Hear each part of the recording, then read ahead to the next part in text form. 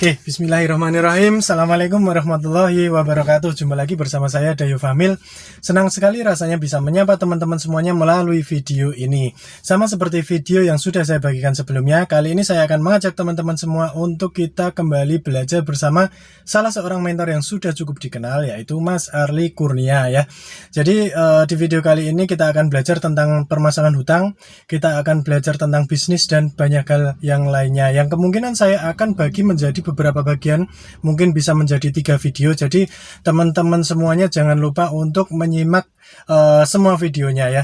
Jadi bagi teman-teman yang belum subscribe, silahkan subscribe channel ini supaya bisa memberikan manfaat kepada lebih banyak orang lagi. Selamat menyaksikan dan semoga menjadi manfaat buat teman-teman semuanya. Sekian dari saya. Assalamualaikum warahmatullahi wabarakatuh.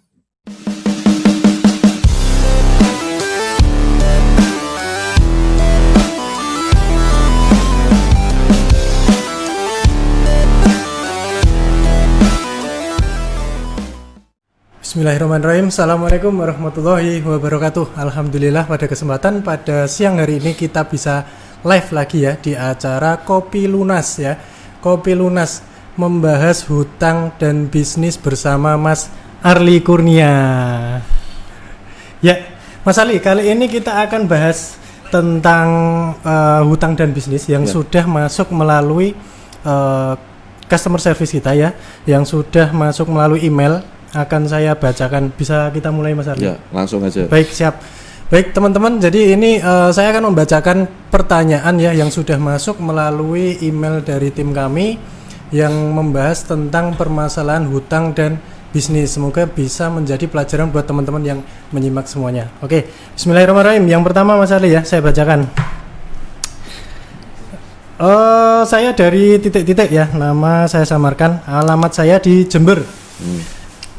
Ini langsung saja saya bacakan tentang kronologi utang beliau. Jadi ini permasalahan hutang Mas Arli yang pertama ini. Saya bacakan ya, saya menikah pada tahun 2019 ya. Dana yang saya gunakan untuk menikah awalnya ditanggung 50-50, berarti ini separuh-separuh ini dengan mertua. Jadi dengan mertuanya beliau dia ini 50-50. Habisnya sekitar 70 juta rupiah ya. Separuh saya ambil dari tabungan, separuh lagi sumbangan dari mertua ya. Tapi setelah 6 bulan berjalan ternyata uang yang saya terima dari mertua didapat dari hutang koperasi yang bunganya sangat besar Mas. Oke. Akhirnya mertua bilang jika tidak mampu membayar dan mau menjual rumah.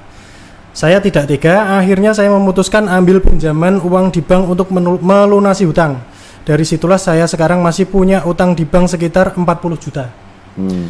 Karena saya ambil 50 juta saat itu. Nah ini wajib mengisi 4 faktor penting menyertakan angka-angka ya. Ini format untuk bisa konsultasi di acara Kopi Lunas. Jadi harus menyertakan ini ya, 4 faktor. Yang pertama pemasukan. Saya bacakan pemasukan beliau ya. Gaji saya per bulan 4 juta rupiah Mas. Dipotong cicilan per bulan 1,7 juta. Lalu pengeluaran sisa dari gaji saya gunakan untuk hidup sehari-hari dengan istri yang baru saya nikahi 1 tahun yang lalu. Selanjutnya untuk hutang, saya memiliki sisa hutang kurang lebih 40 juta. Saya tidak tahu persisnya karena pembayaran melalui potong gaji dari penghasilan bulanan. Lalu untuk harta, tidak punya aset, hanya memiliki rumah KPR yang masih berjalan 2 tahun angsuran dari 20 tahun. Mohon bantuan, saran, dan solusinya dari Mas Arli. Terima kasih. Mas Arli. Ya. Oke, jadi tadi kan utangnya adalah utang dalam bentuk potongan gaji. Saya tidak tahu, mungkin semacam KTA gitu ya. Ini yang agak susah gitu, karena kita tidak bisa bernegosiasi. Di mana-mana utang dengan potongan gaji, entah itu PNS dengan SK-nya dimasukkan atau mungkin swasta dengan kerjasama dari perusahaannya. Nah ini tidak bisa serta-merta dinegosiasi. Kenapa? Karena powernya, ya istilahnya apa ya istilahnya? Yang menang itu adalah yang motong gaji. Ya, jadi kita ya udah dipotong manut-manut aja gitu. Ya kalau bisa ganti rekening ya baru kita ganti rekening, terus baru negosiasi. Otomatis kan nggak ada potongan gitu. Ketika nggak ada potongan, KTA itu kalau dinegosiasi dia agak melunak. Tapi kalau selama dia bisa motong ya cuek aja. Mau dinegosiasi seperti apa ya dia nggak bisa. seringnya seperti itu ya. Terus kemudian ini ada KPR. Yang saya tahu kemungkinan tadi dari angkanya kan kayaknya dia merasa keberatan ya. Betul. Dia merasa berat bulanannya itu juga kepotong ini, kepotong itu gitu. Jadi agak berat gitu.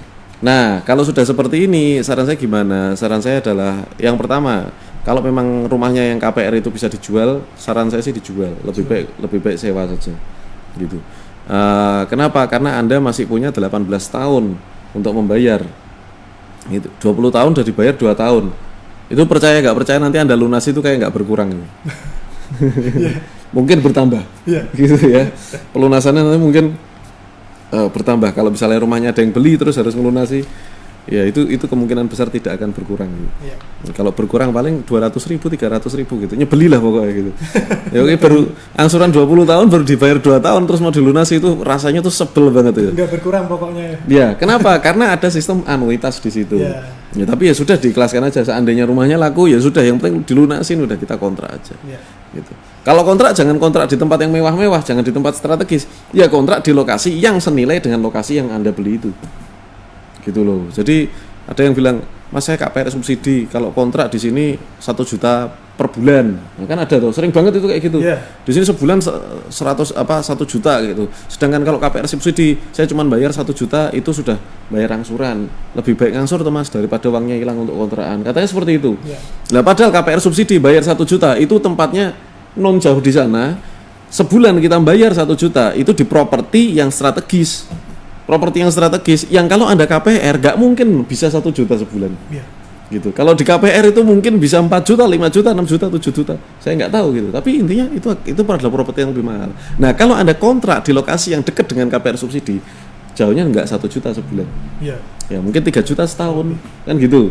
Nah, jadi jangan latah lah istilahnya. Tapi is okay lah. Ini dijual. Kalau misalnya belum bisa menjual ya sudah, otomatis Anda mencari penghasilan tambahan. Nah, artinya pulang kerja Anda harus sambil berusaha. Entah jualan sesuatu, entah jadi driver online atau apa, ya terserah Anda. Yang paling penting setiap bulan tercukupi. Tapi ini akan perlu kerja keras yang sangat-sangat lebih.